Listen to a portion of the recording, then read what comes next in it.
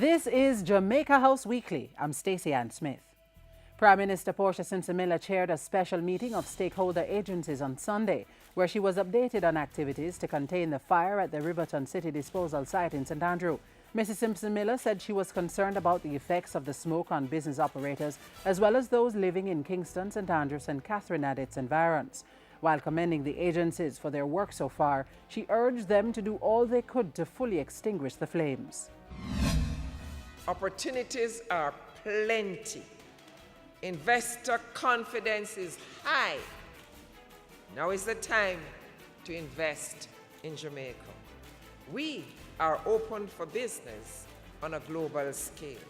Prime Minister Portia Simpson-Miller officially opened the Jamaica Investment Forum, JIF, last week at the Montego Bay Convention Center. The forum, which ran from March 10 to 12, focused on key business opportunities in the manufacturing, agribusiness, logistics, medical tourism, international financial services, and business process outsourcing sectors. The Jamaica Investment Forum 2015 is about maintaining the momentum and building on the progress we are making in attracting world-class investments to our highly diversified economy.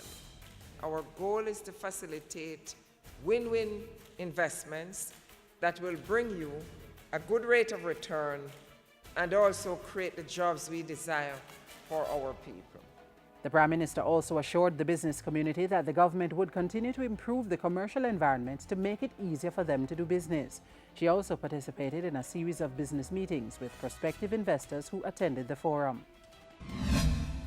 Information Minister Senator Sandria Faulkner has pledged Jamaica's commitment to a transformative post-2015 agenda in an address to the international community last Monday.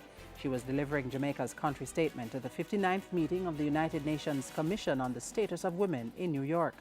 Senator Faulkner added that the global community must create a framework that conquers the scourges of poverty, marginalization, gender-based violence, discrimination, and social exclusion, issues that affect so many women and girls. The Information Minister also used the forum to highlight Jamaica's advances in preventing mother-to-child transmission of HIV, general population health, and women's increasing access to economic opportunities. The Prime Minister has reiterated that the upcoming Integrity Commission bill will strengthen Jamaica's fight against corruption. In a message delivered by Attorney General Patrick Atkinson, the Prime Minister said the Integrity Commission bill, which was now before a joint select committee of Parliament, seeks to promote and enhance standards of ethical conduct by public officials. It does so by consolidating laws relating to the prevention of corruption and the award, monitoring and investigating of government contracts and prescribed licenses. Mr. Atkinson represented the Prime Minister last week at the inaugural Fraud and Anti-Corruption Conference hosted by the Office of the Contractor General. And the Prime Minister also participated in a ceremony to hand over an extensive personal collection of former Prime Minister Edward Seaga to the University of the West Indies Library. The collection, which spanned 5 decades of Jamaica's development, is now available to researchers and the public. It includes artifacts, correspondence, articles, books, and other significant publications related to his work and the development of the Jamaican society from 1959 to 2005. The collection will become part of the Mona Campus Caribbean Leaders Collection. And the Prime Minister and the Minister with responsibility for sport, Natalie Nita Headley, have congratulated Dave Cameron on his re-election to a second term as President of the West Indies Cricket Board, WICB.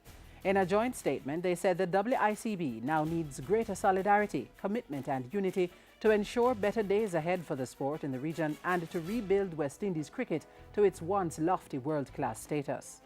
Meanwhile, the Minister with responsibility for sport also supported organisers and participants in the G.C. Foster Classic held on the weekend at the National Stadium.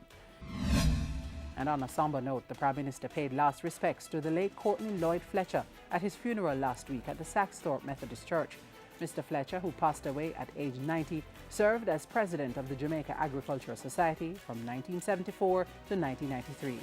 And that's it for this week's edition of Jamaica House Weekly. Join us next week for the latest from the Office of the Prime Minister.